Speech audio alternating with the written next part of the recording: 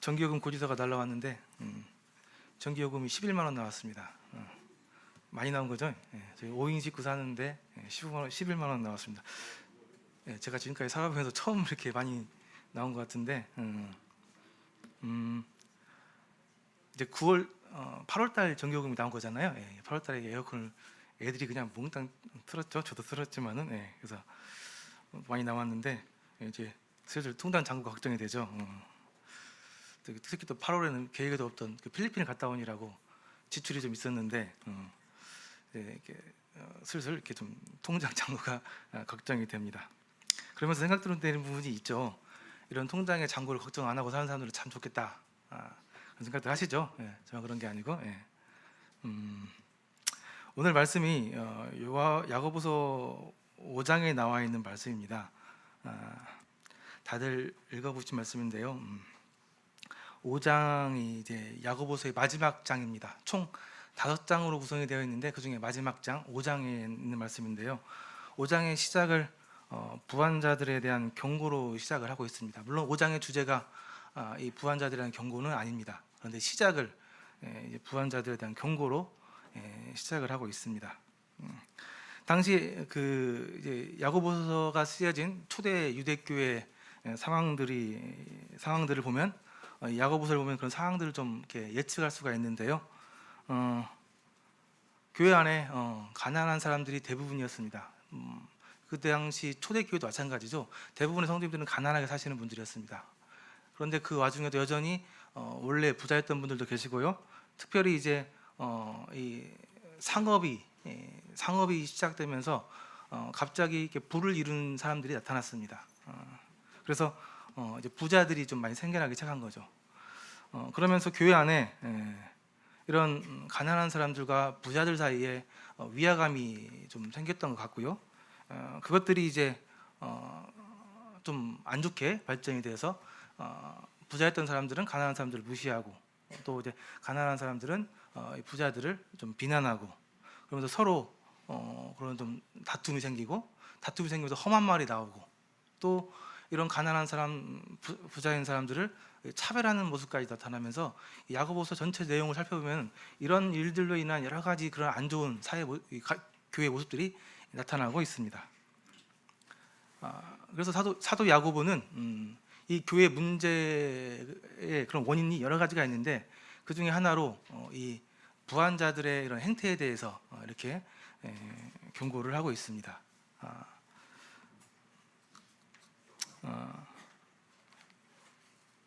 그래서 야고보서 4장만 보더라도 이런 그런 부한자들과 가난한 자 사이에서 생기는 이런 문제들뿐만 아니라 이제 돈을 이렇게 부를 좀 이렇게 좋게 생각하고 이걸 이렇게 갖기 위해서 이렇게 노력하는 또 이걸 추구하는 그러한 세속적인 그런 사상들이 들어왔고 이런 일들이 교회 안에 많이 만연하게 되었습니다. 그래서 사장에 보면은 어떤 사람들이 교제를 하는데 어떤 교제를 하냐면은 나는 언제 어디에 가서 장사를 어떻게 해가지고 어떻게 돈을 벌겠다 그런 내용들로 교제하는 모습들까지 나타나게 되는 상황이 야고보서에 보면 나타나고 있습니다. 그래서 이제 이런 잘못된 이 재물에 대한 이런 가치관이나 이런 모습들이 교회에 이런 아주 안 좋은 영향들을 미치고 있는 것들이 나타나고 있는 겁니다. 근데 이런 그 당시 때 그런 교회 상황들이 오늘날하고 그렇게 크게 다르지 않습니다. 오늘날도 마찬가지로 이 재물의 이런 유혹에 있어서 자유로운 사람이 많지 않습니다. 제가 말씀하신 것처럼 이렇게 저희 같이 이제 월급쟁이들은 이 통장의 잔고가 확 줄었다가 월급날 좀 올라갔다가 확 주고 얘기합니다. 그래서 이게 잔고가 이렇게 또 올라가면 괜히 이유 없이 좀 든든해요. 아무 이유 없이 그냥 뭔가 좀 뿌듯하고 그럽니다. 근데 이게 쫄쫄쫄 뚫잖아요. 뚫다가 거의 바닥을 나타나기 시작하면은 이제 불안하게 시작합니다. 이거 어떡하지? 이거 큰일 났네. 이거 어떻게 이걸 넘기지? 하면서 불안합니다. 근데 이제 잘 아시는 것처럼 우리 성경 말씀에 우리 뭐라고 얘기하고 있습니까? 무엇을 먹을까, 무엇을 입을까 걱정하지 말라고. 우리의 아버지 되시는 분이 하나님이시고 그분이 우리의 필요를 다 아신다고 말씀하셨는데 그럼에도 불구하고 어쩔 수 없이 이런 재물의 위력 앞에서 걱정하게 되고 또 때로 뭐 괜히 이렇게 좀 든든하기도 하는 이런 일들을 겪게 됩니다. 저만 그런 거 아니죠? 그래서 오늘은 이 야고보서의 5장 말씀에 특별히 이제 그 교회 안에 부요했던 자들 보니까 내용을 보니까 좀 안 좋게 부자였어요. 이 사람들에 대한 경고의 말씀을 통해서 우리가 어떠한 말씀을 또 어떠한 부분들을 교훈 받아야 될지 좀 나눠보도록 하겠습니다. 먼저 우리 본문 말씀을 좀 같이 읽겠습니다. 짧으니까요. 1절에서 6절까지니까요. 같이 좀 교독을 좀 하도록 하겠습니다. 제가 먼저 읽고 성도님도 읽고 해서 6절까지 읽도록 하겠습니다. 들으라 부한자들아, 너희에게 이 말 고생으로 말미암아 울고 통곡하라. 너희 금과 은은 녹이 슬었으니 이 녹이 너희에게 증거가 되며 불같이 너희 살을 먹으리라. 너희가 말세에 재물을 쌓았도다.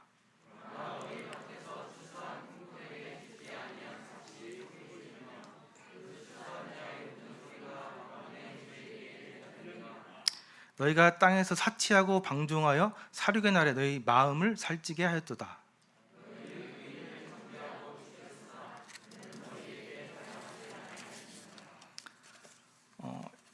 1절에서 6절 말씀인데요. 1절에 시작하면서 바로 우리 이 부한자들에 대한 경고를 떠나서 심판을 선언하고 있습니다.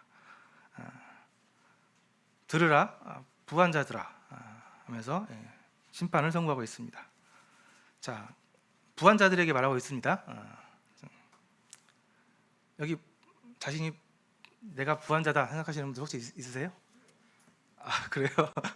마음이 부하신 분이시죠? 그렇죠. 그러실 줄 알았어요. 마음이 부하신 분들. 제가 보기에 여기 그 재물적으로 부한 분들 별로 거의 없으세요. 저 없는 것 같아요. 근데 여러분들 그러면은 우리는 혹시 이 말씀 필요 없습니까? 오늘 이거 안 들어도 될까요? 한 가지만 더 물어볼게요. 부해지려고 하시는 분 혹시 계세요? 부해지고 싶어 하시는 분들 정직하셔야 됩니다. 자, 그러면은 좀 들을 필요가 있습니다. 우리 주변에 부자가 많지 않죠. 한번 찾아보면은 성경에 보면은 부자들이 좀 있습니다. 대표적인 성경의 부자 혹시 기억나시는 분 계세요? 누구나야. 대표적으로 솔로몬, 롯, 욥도 부자였죠. 근데 그래도 이제 그 한 개인의 부보다 나라의 부를 가졌던 이 솔로몬을 대표적으로 아주 큰 최고의 부자로 인정하고 있습니다. 근데 그 최고의 부자였던 솔로몬은 마지막에 뭐라고 말하고 했죠?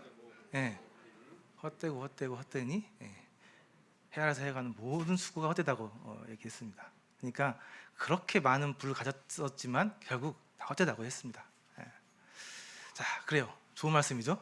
근데 이 말이 이렇게 옵니까? 저에게 이렇게 막 이렇게 다가와요? 그 많은 부를 가졌던 사람이 헛되다고 얘기를 했는데 그게 저희한테 귀감이 되냐고요. 잘 안 되죠. 안 가져봤으니까. 그래서 저는 그 솔로몬이 얼마나 부자인지 듣긴 들었지만 솔직히 감은 안 옵니다. 근데 그래서 제 주변에서 가장 가깝게 부자했던 사람을 저 사람 진짜 부자구나라고 들었던 사람이 한 사람이 있는데 누구냐면요. 그 제 친구의 지인이었습니다. 제가 말씀 드린 것 같기도 하긴 한데 그 제 친구의 지인이 갑자기 부자가 됐어요. 그러니까 뭐가 이렇게 스타트업이 잘 돼가지고 부자가 됐어요. 근데 그 사람이 자기가 부자인 걸 언제 알았느냐 물어보니까 그 사람이 한 말이 어느 순간 내가 물건을 사는데 가격표를 안 보고 사고 있더라라고 얘기를 했다는 거예요. 그 말을 들으니까 저게 부자구나 훨씬 실감이 되더라고요. 가격표를 안 보고 물건을 산다. 뭐 필요한 거라면 뭐 뭐든지 다 산다는 얘기잖아요. 그 정도 되면은 부자라고 얘기하고 있는 것 같습니다. 자, 그런데 이 5장 1절에서는 이 부한자들에게 바로 심판을 선고합니다. 너희들에게 이 말 고생으로 말미암아서 울고 통곡하라고 얘기하고 있습니다. 도대체 이 부자들은 어떤 부자들을 얘기하는 걸까요? 야고보서 5장 1절에 나와 있는 이 부한자들은 어떤 부한자들일까요? 이 말씀상의 견해에 대해서 좀 분란이 있습니다. 견해가 두 가지 견해가 있어요. 이 부자들은 이 교회 안에 들어와 있는 그러니까 불의한 부자 성도다라고 그렇게 얘기하시는 분들이 계십니다. 왜 그러냐면 이 편지 자체가 교회에 썼기 때문에 교회에게 썼기 때문에 이 얘기를 하고 있고요. 또 야고보서는 계속해서 교회 안에 들어와 있는 이런 세속적인 현상에 대해서 경고를 하고 있기 때문에 교회 안에 있는 부자 성도들에게 불의한 부자 성도들에게 얘기하고 있는 것이다. 그리고 또 이 야고보 사서 자체가 이런 불의한 부자들의 횡포나 또 갈등, 차별 이런 부분도 얘기하고 있기 때문에 교회 안에 있으면서도 부자인데 좀 불의한 부자 성도들에게 얘기하는 것이다라는 견해가 있고요. 또 하나 견해는 이거는 교회 안에 부자들이 아니다.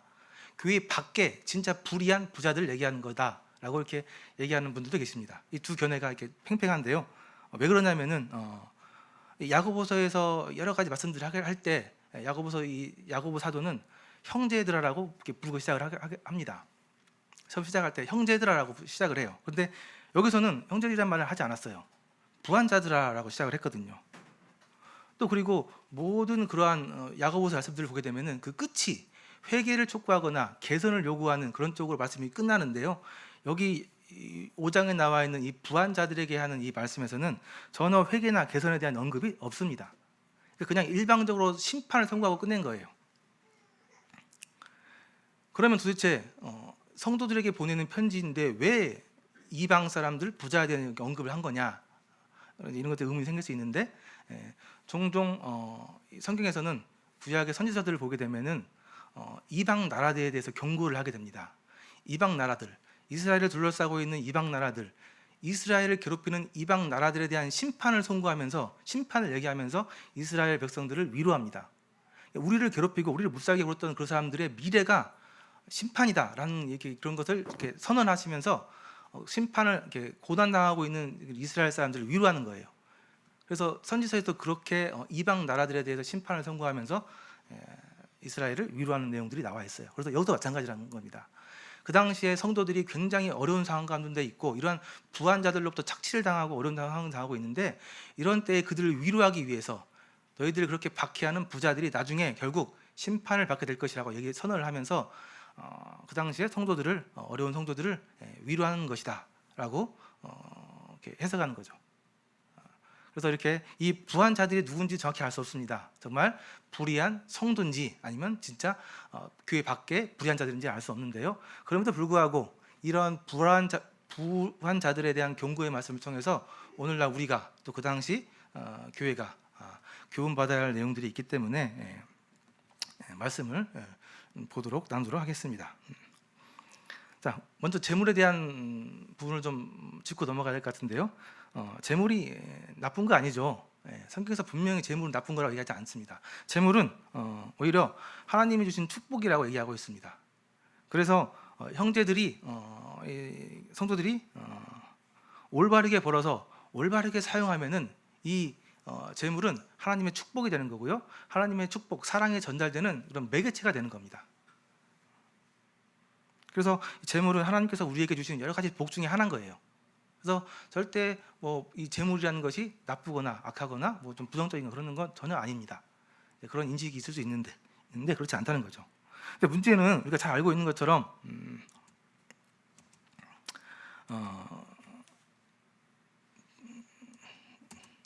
돈을 사랑하는 것이 문제가 되는 겁니다. 이 재물 자체가 수단인데 목적이 되어버리면 이게 문제가 되는 거죠. 성경에서 이 부분을 계속 얘기하고 있습니다. 이 돈이 최고라는 가치관, 돈이 삶의 목적이라는 가치관, 돈을 벌기 위해서 산다는 가치관, 이런 가치관들이 잘못된 가치관들이 우리 마음에 들어와서 우리를 이렇게 변질되게 하고 썩게 하고 우리가 타락하게 하는 것이 이런 잘못된 가치관들이죠. 이런 가치관들을 세상에서는 이제 물질 만능주의라고 얘기를 하는데 사실 좀 심각합니다. 심각해요. 요즘 초등학생들 꿈을 물어보면은 우리 때는 뭐 안 될 줄 알아도 대통령, 그래도 뭐 과학자, 저 때는 정말 그랬어요. 그렇게 얘기했습니다. 근데 놀랍게도 지금 초등학생들은 편하게 살기 위해서 건물주, 초등학생들이 진짜로 건물주. 요즘 청년들에게 좋은 직장은 어떤 직장이냐 물어보면 돈 많이 주는 직장. 사익감을 구하고 있는 부모님에게 좋은 사익감은 좋은 직장 다니는 사익감, 좋은 직장은 돈 많이 주는 직장. 무슨 회사인지 뭐 하는 회사인지 몰라도 돈 많이 버는 회사면은 좋은 직장 다니는 사익감. 모든 사람들이 돈 많이 벌어서 편하게 살자라는 그러한 이런 가치관들이 그냥 만연해 있습니다. 이게 근데 오늘날 갑자기 그런 것도 아니죠. 이거 다들 아시죠? 이게 2017년도에 나왔던 그 설문조사입니다. 상당히 오래됐죠. 만약 10억 원이 생긴다고 한다면 감옥에 가도 괜찮겠느냐 이게 물어본 거예요. 그러니까 10억이 생기면 네가 정말 범죄를 저지르고 감옥에 가도 괜찮겠느냐 물어본 거예요. 그랬더니 고등학생의 55%는 10억이 생기면 가야지. 55%. 중학생은 39%, 초등학생은 21%가 10명 중에 2명이 그 초등학생들 뭘 안다고 초등학생들이 10억이 생기면은 감옥 가더라도 나쁜 짓을 해서 10억 얻겠다는 겁니다. 이게 2017년 조사한 내용입니다. 가장 최근에 조사한 내용이 있는데요. 미국의 여론조사 기관 퓨리서치 센터에서 한국을 포함한 17개 선진국 사람들, 그러니까 17개국의 선진국 17개국을 모아서 그 중에 성인들 1만 9천 명을 대상으로 해서 물어봤습니다. 2021년 11월에 조사한 거예요. 그러니까 작년 11월에 조사한 거예요. 삶을 의미 있게 만드는 것은 무엇인가? 우리의 삶을 의미 있게 만드는 것은 무엇인가? 이 질문에 대한 답은 17개 국가들 중에 14개 국가는 당연하게 가족이고 아이들이라고 대답했습니다. 17개 국가 중에 14개 국가는 당연하게 가정, 아이들이 가장 우리의 삶을 의미 있게 만드는 것이다라고 얘기를 했어요. 근데 이 17개국 중에 3개의 나라는 딴 것을 대답을 했습니다. 우리나라하고 스페인하고 대만이었어요.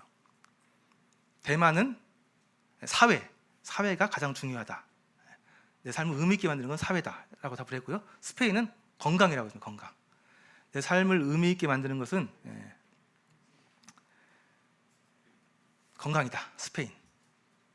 자, 우리 한국은 뭐라고 대답했다고요? 물질적 풍요. 압도적으로 물질적 풍요. 작년 조사한 내용이에요. 제가 지금 이런 나라에 살고 있습니다. 말씀해 보면은 말세에 사람들이 자신을 사랑하고 돈을 사랑한다고 했는데요. 우리나라는 세상에서 가장 물질을 밝히는 나라입니다. 안타깝지만 사실이에요. 세계에서 최고입니다. 물질적 풍요가 가장 삶에 의미 있는 수단이라고 얘기하는. 저희들이 지금 이러한 나라에 살고 있고요. 이런 나라에서 우리 아이들이 지금 자라고 있습니다. 근데 자, 이러한 가치관들을 갖는 이런 현상들이 우리나라에서도 교회 밖에 이방인들에게만 있는 그런 가치관일 것 같습니까? 우리는 이런 가치관으로부터 자유롭다고 자신 있게 얘기할 수 있으세요? 저를 포함해서 아마 이런 부분에 이렇게 자유롭게 대답할 수 있는 분은 없을 거예요.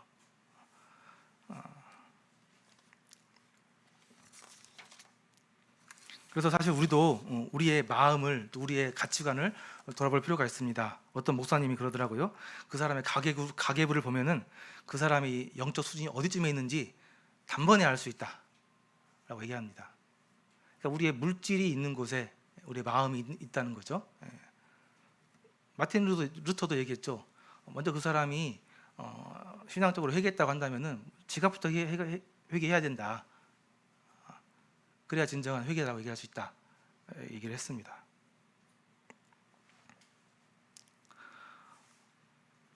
오늘 이러한 사회적인 분위기, 또 이런 현상들, 또 이런 사회적인 변화들을 우리가 간과해서 될 부분들은 아닌 것 같아요. 이럴 때일수록 우리 성도들은 더 좀 경계하고 조심해야 될 필요가 있는 것 같습니다. 그래서 이 물질 만능주의에 빠져 있는 이 부한자들에게 사도 야고보는 5장 마지막 장을 시작하면서 단번에 선고했습니다. 부한자들아, 너희가 울며 고통하게 될 것이다.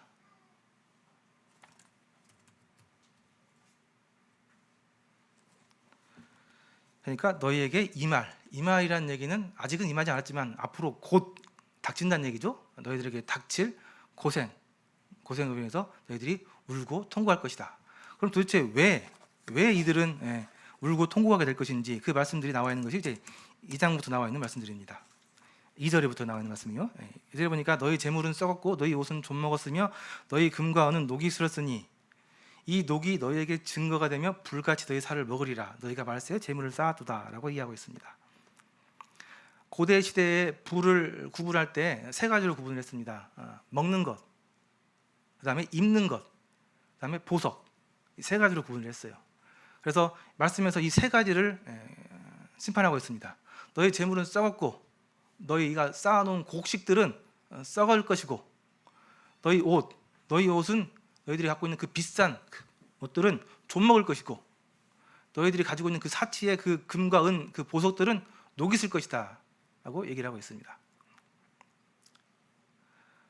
그 당시 때 그 곡물들은 방부제가 없기 때문에 잘 썩습니다. 쉽게 썩어요. 그래서 오래 쌓아둘 수 없어요. 오래 쌓아두면 분명히 썩게 되어 있습니다. 옷도 마찬가지예요. 그 당시에 옷들은 천연섬유를 사용하기 때문에 지금은 합성 섬유가 있기 때문에 잘 조물 안 먹고 하는데 그 당시 때는 다 이런 천연 재료였기 때문에 쉽게 조미 먹고요. 또 그 당시 때 보석, 물론 여러분들이 아시는 것처럼 금과 은은 녹이 슬지 않죠, 그죠? 근데 그 당시 때 금과 은은 재련 기술이, 정제 기술이 발달되지 않아가지고 불순물들이 좀 섞여 있었습니다. 그러다 보니까 금과 은도 녹이 좀 슬었어요. 쌓아두면.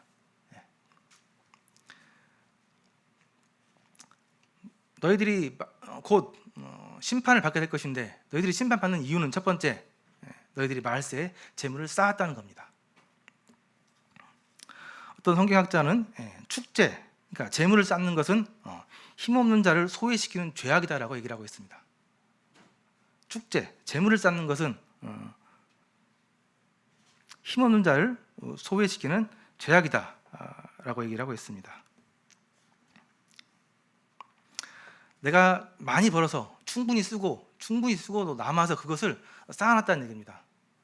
근데 성경에서는 이것에 대해서 죄악이라고 얘기하고 있습니다. 왜 그러냐면은 가난한 자들을 소외시켰기 때문에 죄악이라고 얘기하고 있습니다. 그 유명한 얘기죠. 부자와 거지 나사로의 이야기입니다. 이 말씀의 그 흐름을 보면은 나중에 이 부자는 어디에 가 있죠? 그래요. 이 부자는 지옥에 가 있죠. 도대체 이 부자는 왜 지옥에 가야 됐을까요? 무슨 죄를 지었다고 이 부자가 지옥에 가야 됐을까요? 물론 정확히는 알 수 없습니다. 왜 이 부자가 지옥에 갔는지는 알 수 없어요.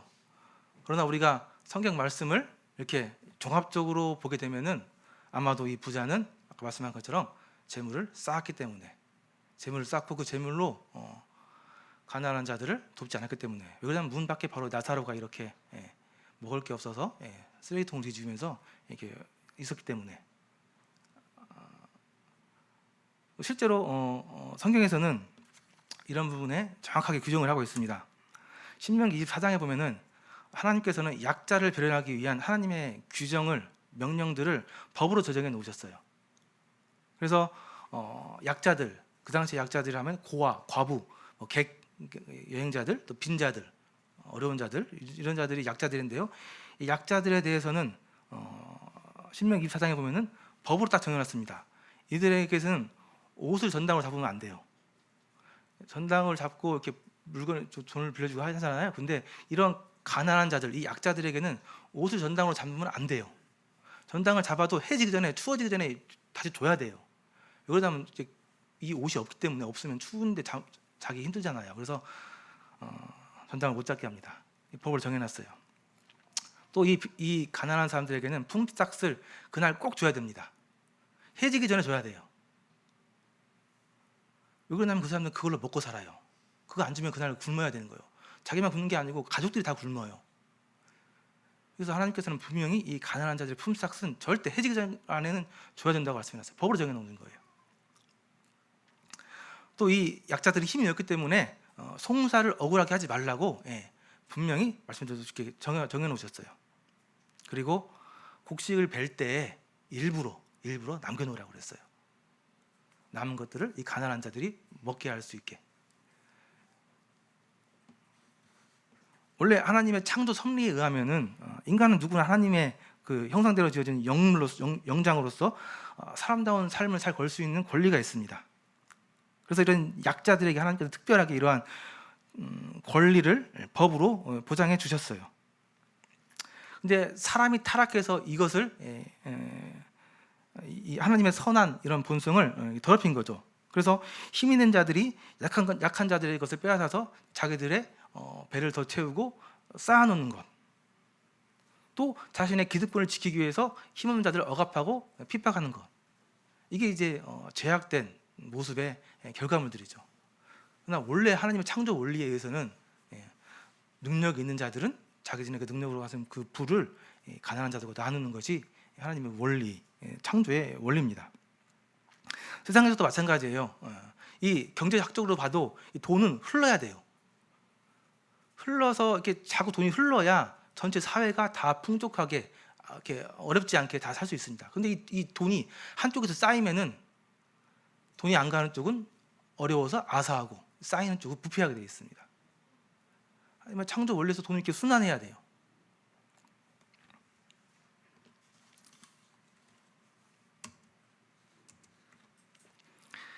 이 교회 안에서도 마찬가지입니다. 누가 이 세상의 재물을 가지고 형제의 궁핍함을 보고도 도와줄 마음을 닫으면 하나님의 사랑이 어찌 그 속에 거하겠느냐라는 말씀이 있는데요. 말로는 형제 사랑 이렇게 하지만은 실제로 이렇게 궁핍한 사람들이 주변에, 형제들이 주변에 있는데 그들을 도와줄 마음이 없다고 한다면, 도와주지 않는다고 한다면 어떻게 그 마음 속에 형제 사랑이 있다고, 하나님을 사랑한다고 얘기할 수 있겠냐고 말씀하신 겁니다. 예수님께서 예루살렘에 오셨을 때 율법학자가 예수님 앞에 나타나가지고 예수님한테 질문을 했습니다. 예수님, 선생님 생각하시기에 가장 높은 계명은 무엇입니까? 가장 최우선 계명은 무엇입니까? 라고 물어봤어요. 예수님께서 대답하셨습니다. 뭐라고 대답하셨을까요? 두 가지 얘기하셨습니다. 두 가지. 첫 번째는 하나님을 사랑하고, 두 번째는 내 이웃을 사랑해라.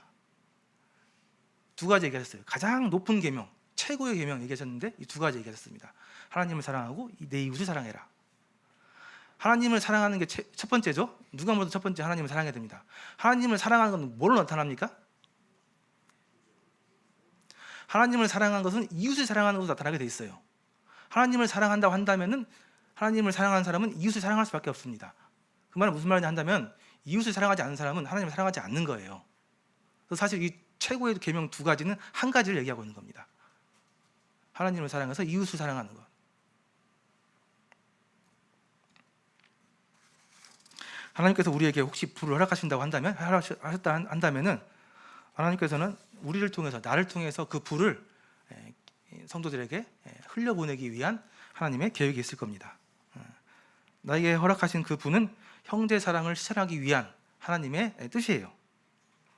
나를 통해서, 내가 흘려보내는 내 그 하나님의 불을 통해서 하나님의 사람들은 하나님의 사랑을 경험하게 될 겁니다. 그렇게 교회는 하나님의 사랑이 충만하게 모든 사람의 골고루 전해질 수 있는 아름다운 교회 모습을 유지할 수 있게 됩니다. 그래서 첫 번째, 그들에게 심판이 있는 이유는 그들이 그들의 재물을 쌓았습니다. 자신을 위해서, 자신을 위해서, 이웃을 생각하지 않고 자신을 위해서 재물을 쌓았습니다. 그게 그들이 심판받는 첫 번째 이유라고 2절에서 얘기하고 있습니다. 두 번째 이유는 불의한 방법으로 재물을 모았습니다. 4절에 보니까 보라 너희 밭에서 추수한 품꾼에게 주지 아니한 삭시 소리 지르며 그 추수한 자의 우는 소리가 만군의 주의 귀에 들렸느니라. 오늘날도 다들 인정하는 부분인데요. 정직하게 일해서 돈을 버는 일이 어려운 세상이 됐습니다. 정직하게 일해가지고 돈 버는 일이 굉장히 어렵고 또 이게 별로 그렇게 인정받지도 못합니다. 제 주위에서만 보더라도 가게를 하면서 사업을 하면서 세금 낼 거 세금 다 내고 정직하게 이렇게 원래 원칙대로 일해서 돈 버는 사람들을 미련하다고 얘기합니다. 미련하다고.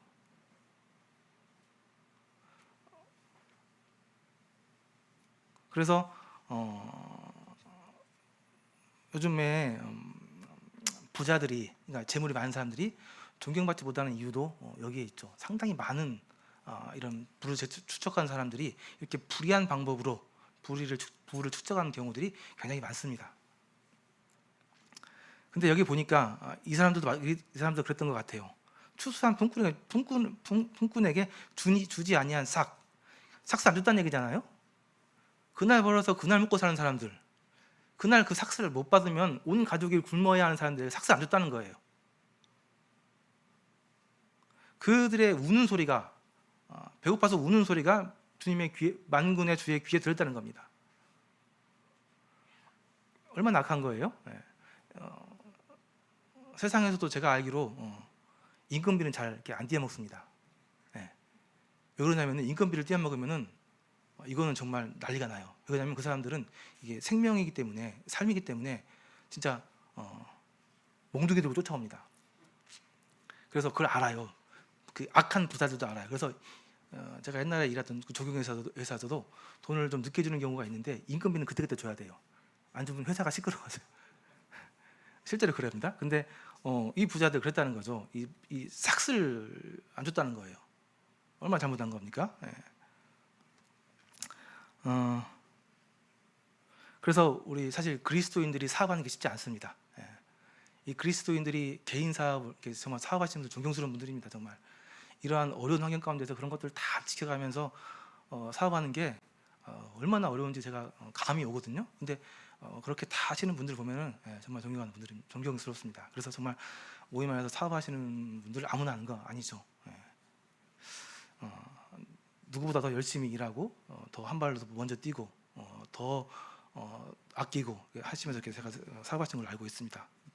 항상 마음 고생하시고 그래서 우리 기도 제목에도 있죠. 사업하시는 분들 위해서 기도하는 기도 제목이 있습니다. 자, 그래서 이 사람들도 불의한 방법으로 재물을 모았기 때문에 그들이 심판받는다고 얘기하고 있습니다. 세 번째 심판받는 이유가 5절에 나와 있는데요. 너희가 땅에서 사치하고 방종하여 사륙의 날에 너희 마음을 살찌게 하였다라고 얘기하고 있습니다. 사치했다, 방종했다. 사치했다는 것을 아시죠? 막 무분별하게 막 이렇게 썼다는 얘기고, 방종하다는 얘기는 제멋대로 행동하면서 꺼리낌 없이 행동했다라고 이렇게 의미가 있습니다. 우리는 이제 그 교회 안에서 청지기 교육을 좀 받았습니다. 그죠? 받은 분들도 계시고 강단에서 청지기 교육이 좀 이렇게 좀 전해지기도 했었고 합니다. 그래서 우리는 알고 있습니다. 우리에게 허락하신 부가 우리 게 아니라는 거 알죠? 알고 있습니다. 그렇죠? 하나님께서 우리에게 허락하신 것은 우리를 통해서 사용하시려고 이렇게 허락하신 거잖아요. 그러니까 우리에게 주신 그 재물은 주인이 따로 있잖아요. 그거 다 알고 계시죠? 인정하고 계시잖아요. 근데 이 사람들이 땅에서 사치했습니다. 자기 마음대로 썼습니다. 제멋대로 행동하면서 썼어요. 이렇게 쓰는 거에 거리낌도 없었습니다. 이렇게 사치하고 방종하면서 자기들의 몸과 마음을 살찌겠다고 얘기하고 있습니다. 이게 그들이 심판받아야 하는 세 번째 이유라고 얘기하고 있습니다. 그래서 하나님께서 주신 그 범위 안에서 적당하고 합리적으로 소비를 하는 게 맞는 거죠. 그렇게 해야 됩니다. 그죠? 근데 오늘날 사회 분위기나 현상을 보면은 이렇게 정말 적당하게 합리적으로 소비하는 게 쉬운 일이 아닙니다. 사회 모든 이런 것들이 과소비를, 사치를 조장하는 것들로 연결되어 있습니다. 아시죠? 우리가 접하는 모든 미디어, SNS, 또 우리 주변 사람들, 그분 사람들이 갖고 있는 것, 그 사람들이 먹고 있는 것, 또 그런 것들이 전부 다 우리의 이 사치를 이렇게 조장하는 그런 것들 다 연결이 되고 있습니다. 그래서 우리는 더 좋은 곳을 사야 되고, 꼭 필요하지 않은데 꼭 그게 있어야 될 것 같고, 꼭 내가 그걸 먹어야 내가 내가 좀 뭐가 좀 되는 사람 것처럼 보이고, 그래서 사람들 명품 좋아하잖아요. 그래서 내가 그 명품을 꼭 하나 갖고 있어야, 입어야 내가 좀 명품 사람 되는 것 같은 그런 착각을 불러일으키죠. 그래서 사람들이 더 좋은 것, 또 더 좋은 것을 서로 자랑하고 또 보여주고 하면서 사회 전체가 그렇게 과소비를, 사치를 조장하는 그런 환경을 하고 있습니다. 이게 다 이제 기업들이 그 뒤에서 다 이렇게 조장하고 있는 거죠.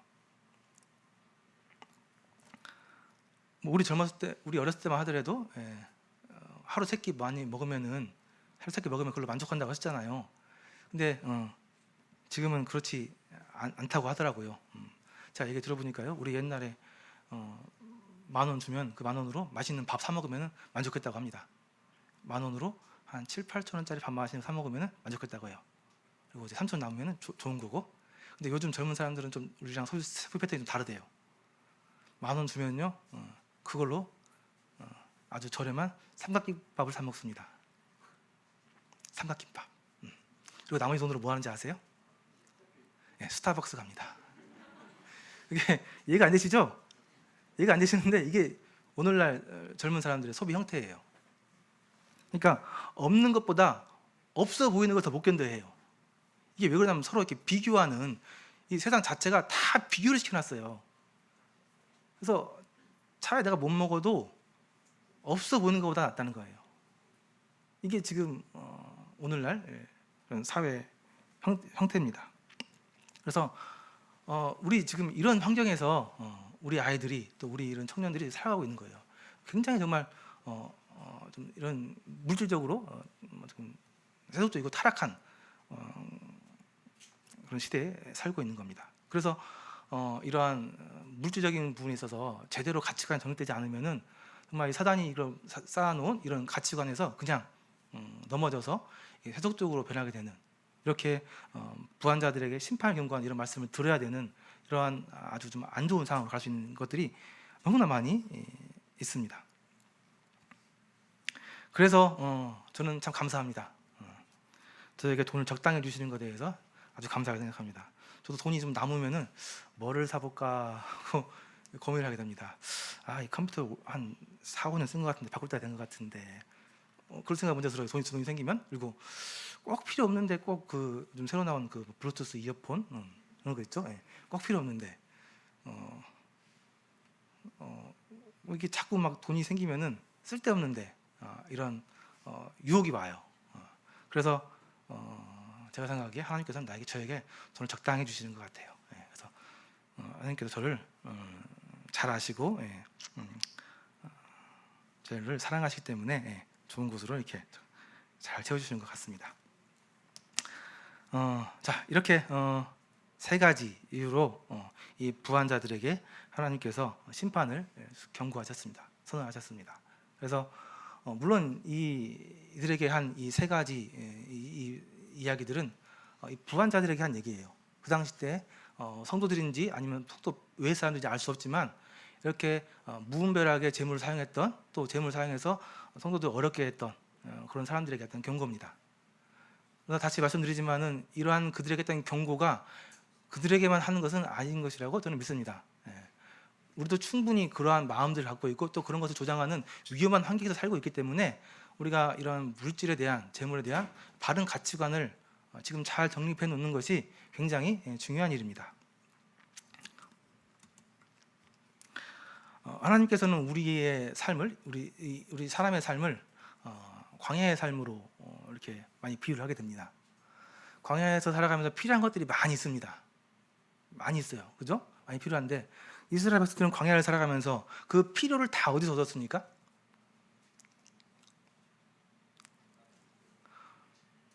먹을 거 주는 거 따로 있었고, 이렇게 뭐 물 주는 사람 따로 있었고, 또 뭐 안락한 좀 잠자리 이렇게 제거해주는 사람 따로 있었고, 뭐 그런 거 따로 있었나요? 그렇지 않죠. 그 모든 것을 다 하나님께서, 오직 한 분이신 하나님께서 다 채워주셨습니다. 그게 이스라엘 백성들의 광야의 삶이었어요. 그죠?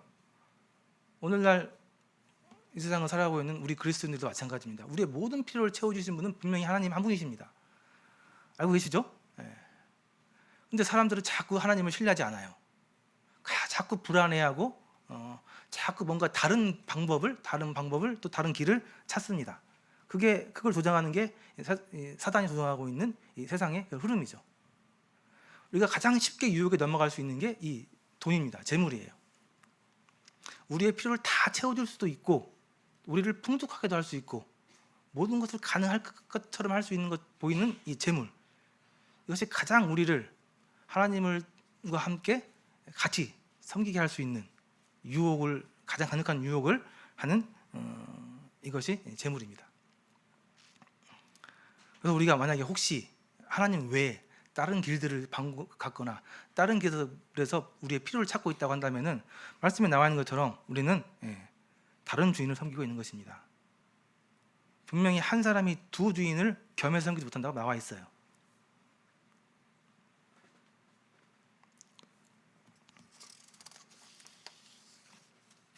그래서 우리가 자꾸 하나님 외에 다른 것을 찾게 되고 추구하게 되면은 우리 삶은 복잡해집니다.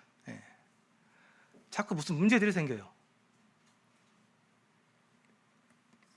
그래서 하나님께서는 다른 거 다 필요 없고 오직 하나님 한 분만을 바라보면서 하나님 한 분만으로 필요를 충족하면서 살아가는 그런 아주 심플한 이런 삶을 하나님께서 말씀하고 계십니다.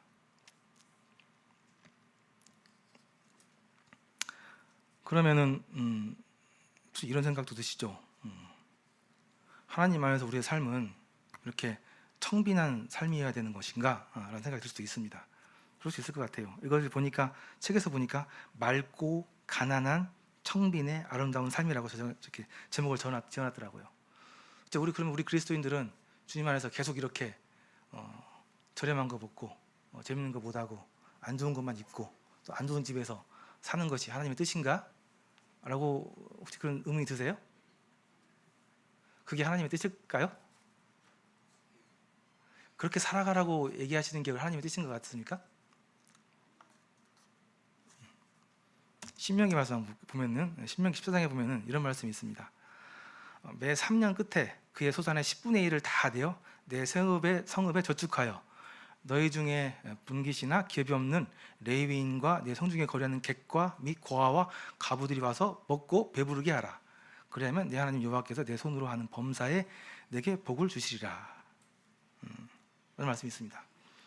이스라엘 백성들에게 정해진 그 재물에 대한 법이 있는데 10분의 1을 그의 소산의 10분의 1을 내는 거 알고 계시죠? 11조를 알고 있는 이제 그런 내야 되는 11조가 있고요. 3년에 한 번씩 11조를 한 번 더 걷습니다. 3년에 한 번 11조 매년 내는 11조 외에 한 번 더 11조를 걷어요. 그 11조를 걷어서 그것을 성읍에 저축합니다. 3년에 한 번씩. 그러니까 3년에 한 번은 11조를 두 번 내는 거예요. 그러면 그 낸 11돈으로 뭘 하느냐? 전 국가적인 축제를 엽니다. 그 축제는 좋은 것을 사고 먹을 것을 사고 또 그날에 하나님을 기뻐하면서 서로 즐거워서 이렇게 춤추고 노래하고 먹고 마시는 그런 축제의 날입니다. 근데 이 날에는 여기 나와 있는 것처럼 기업이 없는 레위인들, 또 거류하는 이방인 객들, 또 고아와 과부들 다 불러서 같이 먹게 정해 놓으셨습니다. 이 3년마다 한 번 있는 이 날이 누구를 위한 날인 것 같습니까?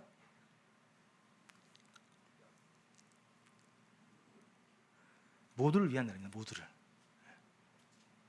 11조를 내는 사람도 마찬가지고 그걸 내지 못한 어려운 사람도 마찬가지예요. 그래서 하나님께서 원하시는 것은 하나님께서 주시는 그 물질 안에서 우리 모든 자녀들이 모든 백성들이 풍족하게 먹고 누리고 기뻐하고 즐거워하는 것, 이게 하나님의 뜻입니다. 그래서 우리가 재물이 있는데 그 재물로 맛있는 거 못 먹는 거? 그럴 필요 없습니다. 맛있는 거 먹어요. 왜 먹어요? 먹어도 되죠. 왜?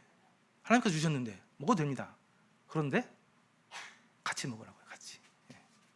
제가 아는 형제 중에 아는 형제가 하나 있는데 버는 돈을 족족 맛있는 거 사 먹는데 씁니다. 굉장히 많은 비중을 써요. 맛있는 거를 정말 많이 좋아하고요, 많이 써요. 근데 그 형제가 잘하는 것이 혼자 안 먹어요. 예. 꼭 성도들을 데리고 가서 같이 먹습니다. 그러니까 그 성도는 그 맛있는 걸 2번 먹을 수 있는 돈으로 성도들과 함께 한 번 먹는 거예요. 그죠? 예. 그렇게 먹어요. 뭐 자기 말로는 혼자 먹다가 벌 받을까봐 그런다고 얘기를 하는데 아주 지혜로운 잘하는 것 같습니다. 예, 예.